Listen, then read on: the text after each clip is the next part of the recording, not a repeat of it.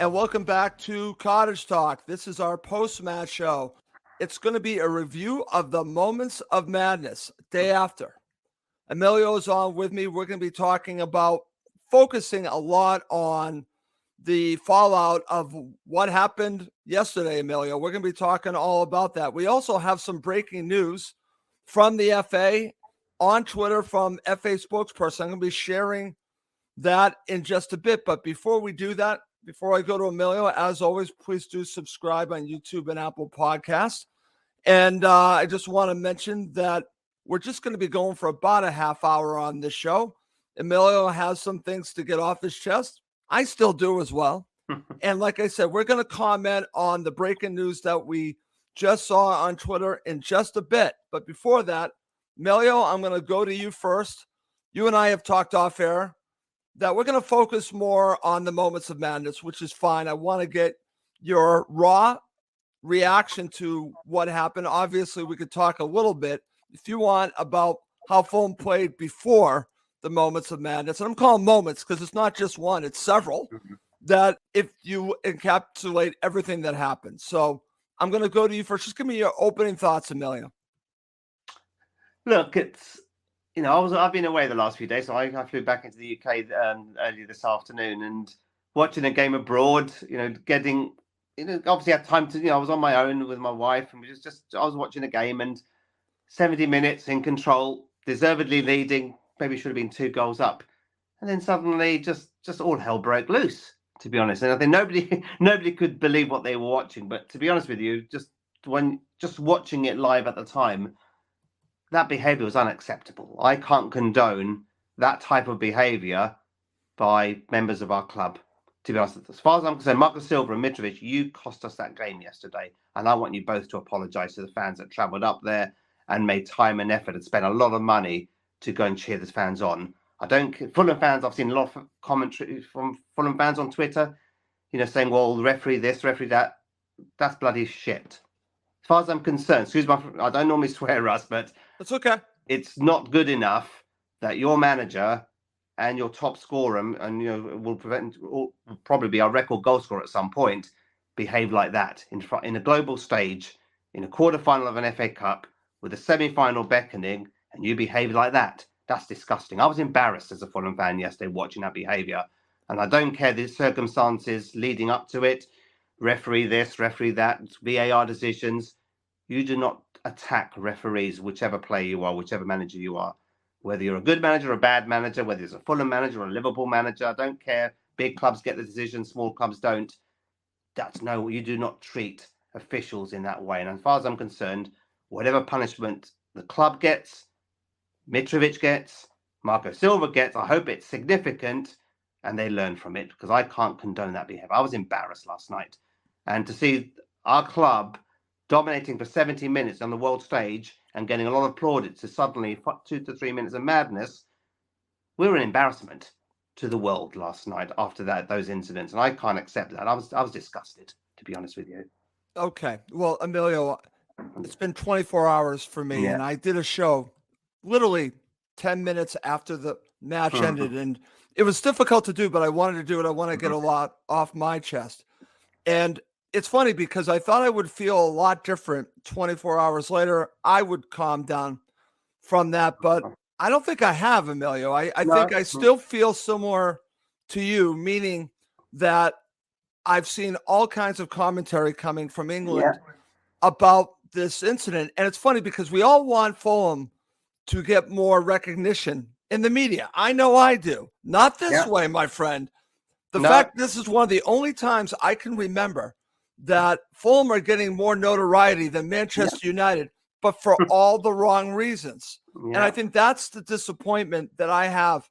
As you mentioned, I said on Full Time, Emilio, they were the better club, better team. They outplayed them so much in that match. And for just a couple of minutes, as you said, you can really nail it down to 60 seconds. Everything changes.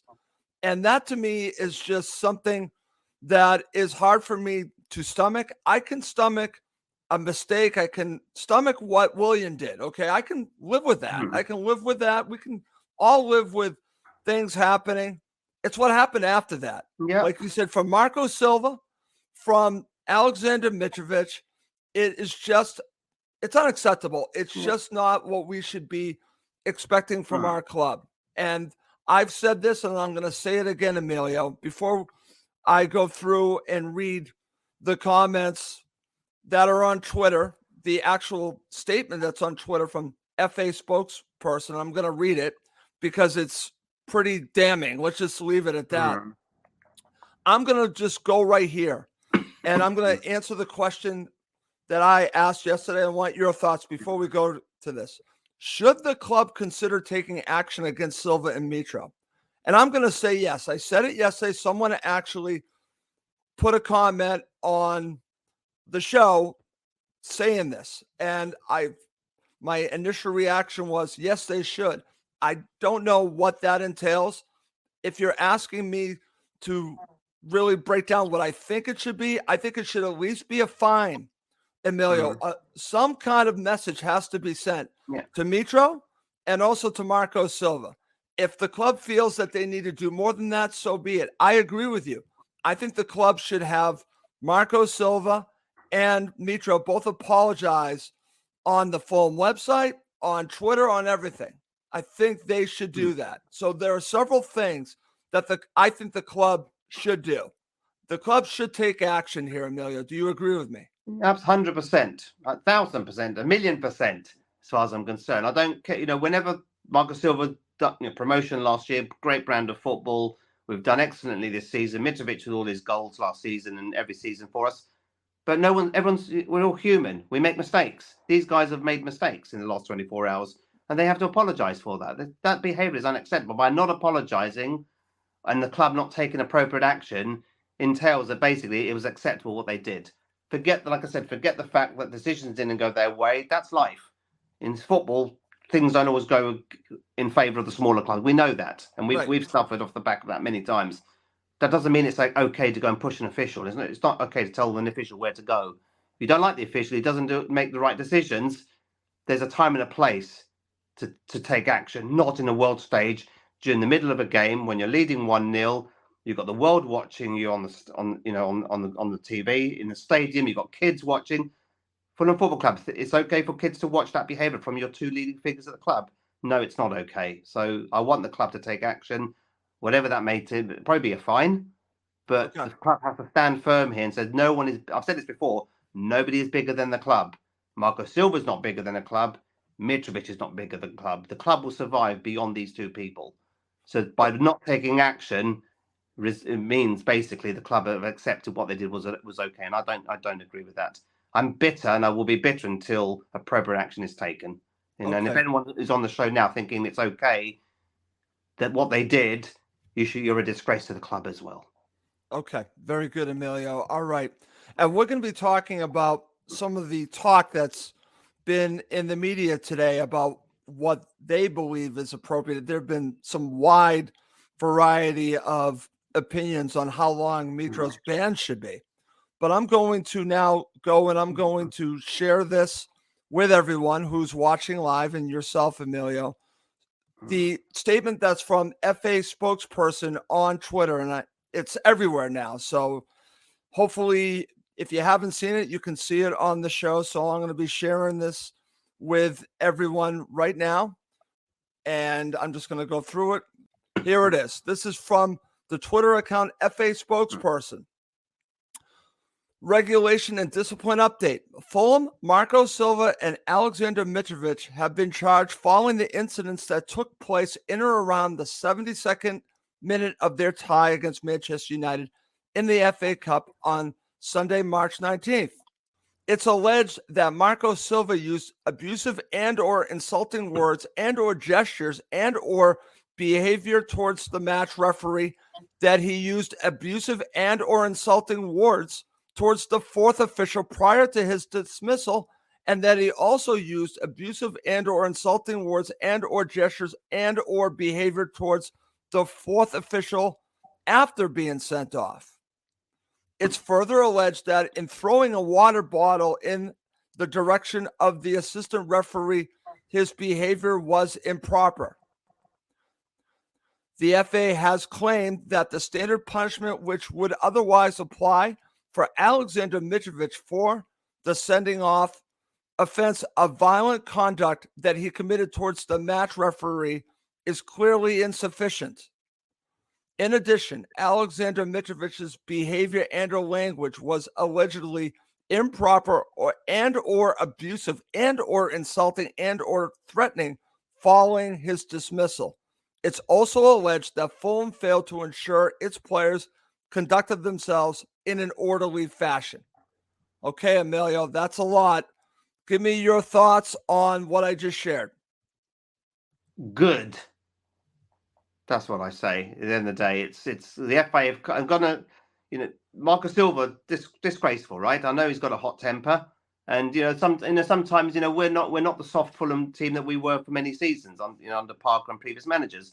We don't, at the end of the day, there's a reason why we've probably got one of the highest number of yellow cards in the country, because of at the end of the day, we're not the small soft Fulham team that we used to be, which I like, but we have to tone things down a bit. And yes, he overstepped the mark. There's time and a place to tell the referee where to go. You don't tell him in public during the game on the pitch in front of a world stage. Not acceptable. There's no two ways about it. So he should get whatever fine is appropriate. That's not for me to comment on. And Mitrovic, is all speculation whether it's going to be 5-match, 10-match. It's likely not to be 3 based on that statement. They're more likely to be 6, 7, maybe even 8. Maybe the FA will make a statement of fact, because there have been too many scenarios in the last few years where referees have come under a lot of verbal attack, not physical in recent times, but there's been a lot of verbal attack, and maybe the referees aren't protected enough, and maybe they're going to make an example of Mitrovic and say, look, you've overstepped the mark here. Now, I don't care whether it's any player does that should be punished. The fact that unfortunately it's one of our players and one of our best favourite players is disappointing. That's why I'm angry, to be honest with you. There's no need for do that. You've conceded a penalty, 1-1. You're still in the tie. Why have we gone OTT? And that's what I can't understand. It's not like you've lost in the 94th minute. You lost a final. You've lost qualification to Europe or something. You've 20 minutes to go. 1-1. Yes, you might be a man down. You're still in the tie, for goodness sake. Why have we gone OTT? That's what I can't. Hot-blooded. These Serbians and Portuguese. They've all got their hot bloods and their hot tempers and got the better of them. But that behaviour, sorry, is not good enough. So. Whatever they get will be deserved, as far as I'm concerned. We can't defend those actions. And if anyone on this show is watching and says what they did is appropriate, I want them deleted and blocked, Russ. Because that is not... You're going to... Any person on this show, watching this show now, goes and attack a transport worker, a shop worker, and you think it's acceptable, you get arrested and you get fined or you get punished appropriately. This is no different. This is a world stage quarter-final of match. God knows how many millions of people the match went out to. And to show our club being belittled and humiliated by these actions, sorry, not good enough. Okay, very interesting stuff. What I also want to talk about, Emilio, is the very end of this. Right. And this is something that we've talked about prior. And I think it's also, I'm glad that you mentioned that Fulham are not a pushover, that they play tough. That's the reason why you have all these yellow cards. But I think that there's a line that you should not be crossing. And there's one thing that I've noticed, and I'll just read the last part of this one more time. It's also alleged that Fulham failed to ensure its players conducted themselves in an orderly fashion. This goes back to all the times that we've seen, I shouldn't say all the times, but there have been a few occasions, Emilio, where we've seen the players run over to the ref, crowd the ref. And I'm thinking, why are they doing this? It's happened more than a couple times. I think it's fair to say that. And I'm getting concerned about that because it also shows to me that they are crossing the line, that they are not just playing hard, that they're going above and beyond that. And for me, what bothers me is that the culture that they built, which I think has been positive in so many ways, playing like a team that, again, is not an easy pushover. But I think there's a line that you don't go over, and I think they are going over that. Yeah. And that's why I think that might be why we're seeing them crowding the ref, getting in their face. There's no place for that in my mind. They should not be doing this because, again, we're talking about acting in a certain manner. You can be upset, but you should not be taking it to that extreme. And I think at times we've seen that this season, Emilio. So I just saw the last part of that excerpt and I'm thinking it's to do with what's been going on with Fulham, that they have to stop doing that. They have to change and they have to understand that there's a line that you don't go over.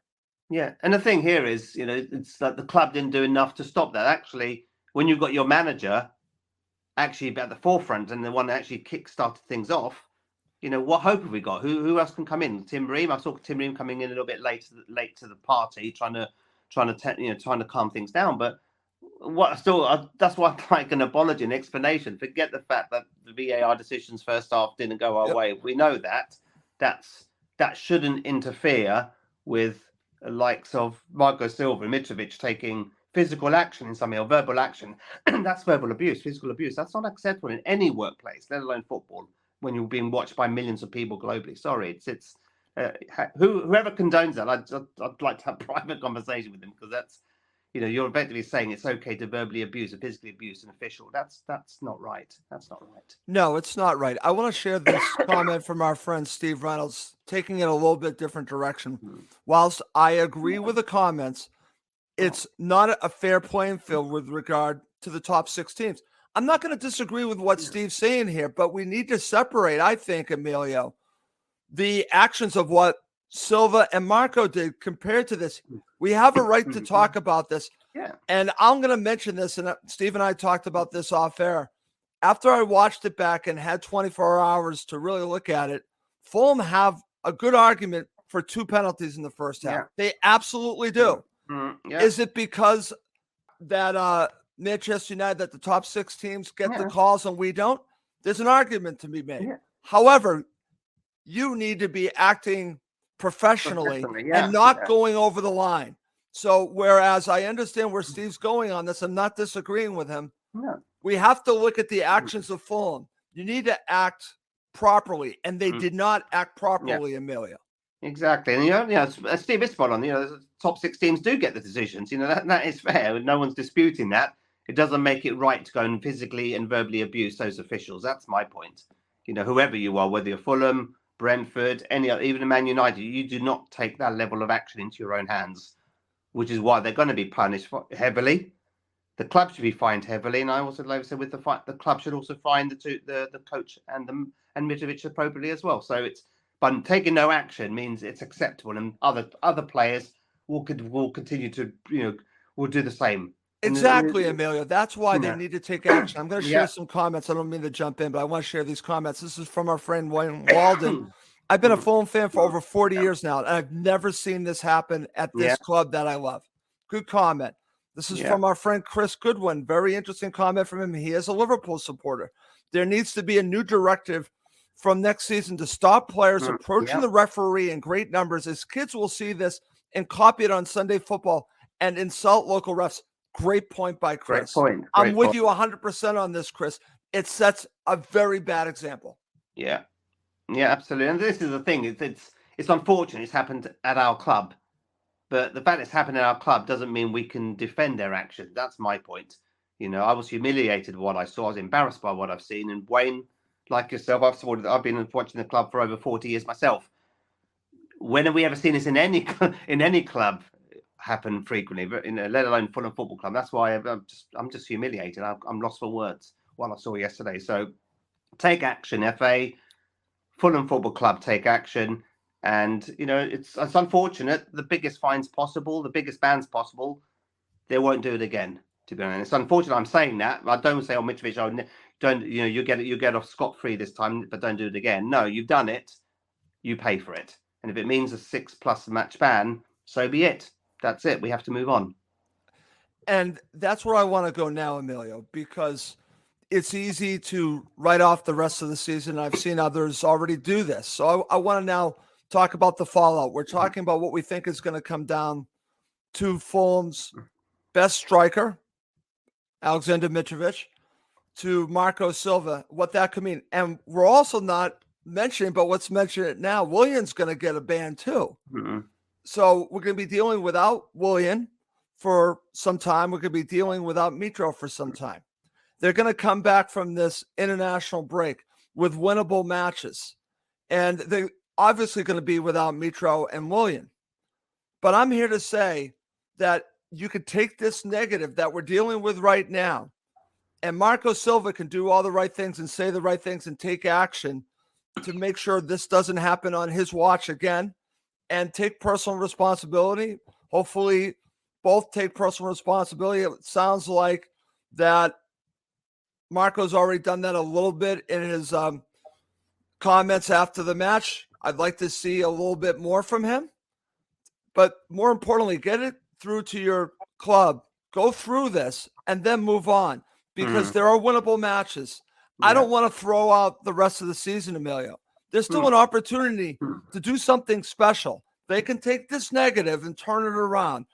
I want to get your thoughts on this, because it's easy to say the season's over.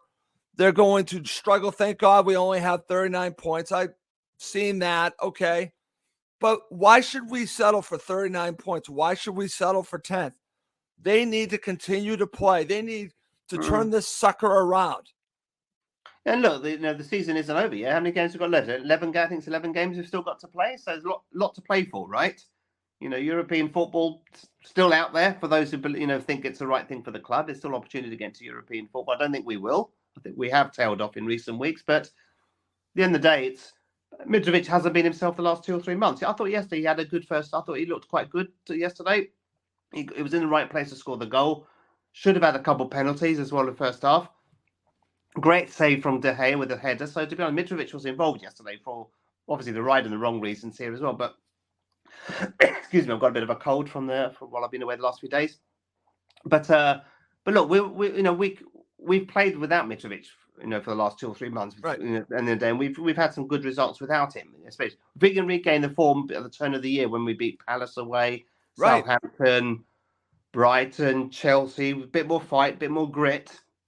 Not always the right quality. Then we're still enough points in the bag to actually push up the table and finish, maybe top 8, top 9. To be honest with you, I think we've got Aston Villa now close on our heels in 11th. We're probably guaranteed 11th place, but I think we'll all be disappointed finishing 11th. So I think there's still a lot to play for now, and with or without Mitrovic. So at the end of the day, we've got to 39 points with Mitrovic playing every game, so we can continue to play a number of games without him. And to be honest, he hasn't been top of his game, and he's still carrying a knock. But yesterday, cut him a bit of slack prior to the incident. He looked back to his sharpest best, to be honest with you. He was involved. Okay, very good. Coming up next to end the show, I do want to talk a little bit more with Emilio about the match and what we can take out of it moving forward for the rest of the season. Okay, Emilio, to finish this up, I wanted to take it in a little positive way, okay, because we've really, I think, really gone at the club, and I think we deserve to go at the club for everything that's happened. I'm talking about with the situation with Mitro and Marco Silva and Fulham in general, and hopefully Fulham will do the right things as we have been laying out there. But I do also want to focus on the match, and I want to talk about how different they looked in this match compared to the last couple matches, and how vital João Palhinha is to Fulham Football Club right now.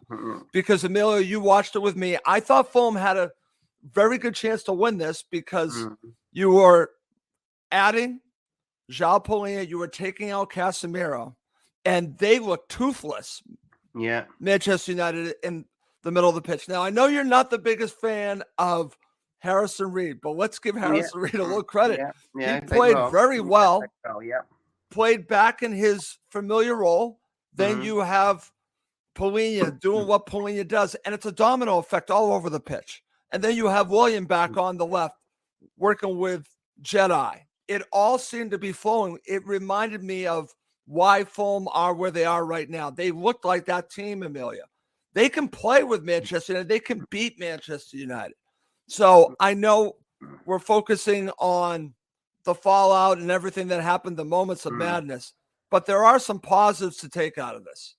Yeah, and you look at, we got, what was it, the last kick of the game at Craven Cottage against Man United. We should have won that game, and instead, look, we got sucker punched, and Casemiro scored with literally the last kick of the game. So Man United were poor again yesterday, but we made them look poor.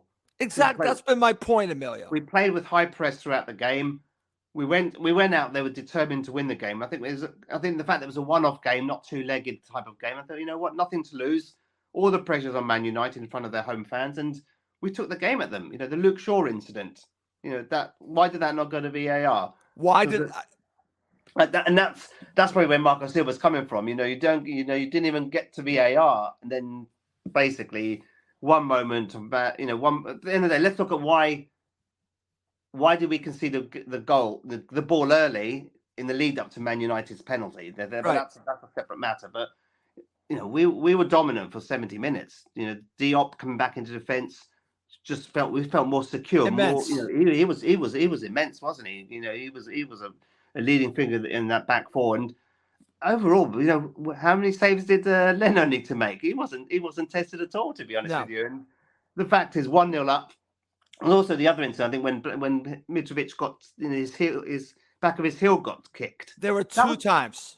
Me and Steve Reynolds were going back and forth. I said, that to me looks like, why is that not going to VAR as well? And he said it would have been soft, but I've seen penalties given for that this season. So it goes back about consistency. If that was at Brighton or maybe at Brentford, that might have been given because it was Old Trafford. It probably was given, which is why Marco Silva reacted the way he does. But again, doesn't make it right to go and physically or verbally abuse the officials, whether you like the decisions or not. But look, 70 minutes, 1-0 up. Mitrovic nearly scored a second. Good De Gea save. That would have been game over. But my point is, you can see the penalty. Willian, maybe should have just let the ball go in, but he handled it. Deserved to get sent off. But 11 against 10, 1-1, 20 minutes to go, you're still in the tie. And then within 2 minutes, 3 players up, 3 people off, second goal scored, game over. Yeah.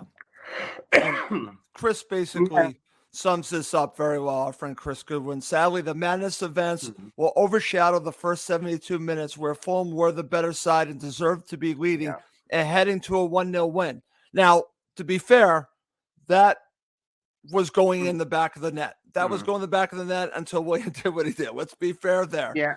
But beyond that, Emilio, like you said, why not give it a go even down a man? Because they did enough.